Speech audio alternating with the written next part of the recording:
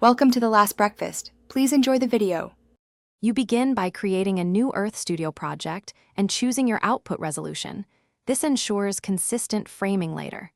Search and lock the precise location, then place the camera on your initial target so the scene won't drift.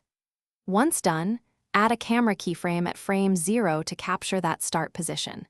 Make sure 3D buildings and lighting match your goal because they affect parallax during a zoom. From here, you're ready to plan the path and timing for the actual zoom. Now set the second camera keyframe at the frame where your zoom should complete.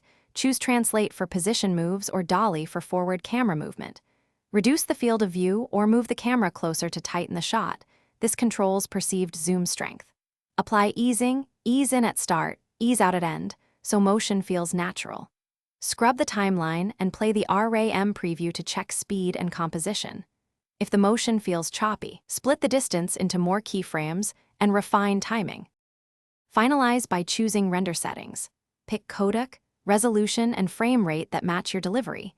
Enable motion blur for smoother perceived motion if needed.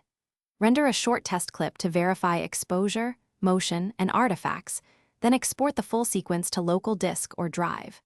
If you encounter jitter or stuttering, make sure keyframe interpolation is smooth and consider adding small corrective keyframes to stabilize parallax. That single troubleshooting step fixes most zoom-related glitches without redoing the whole animation.